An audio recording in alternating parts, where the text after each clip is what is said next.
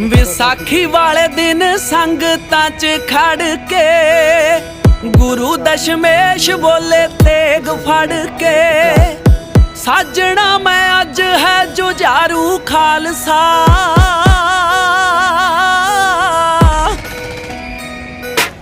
शेरा वांगू जिंदगी गुजारू खालसा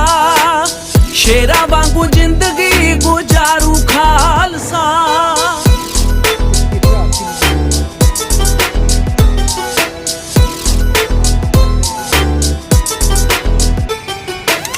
जात पात ऊंच नीच नहीं मनेगा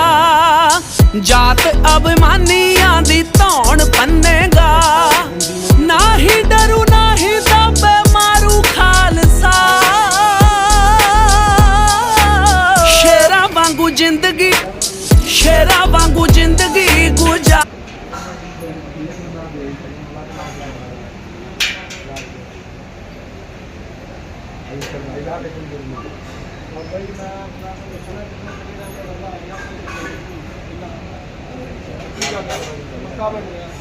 मैं करूँगा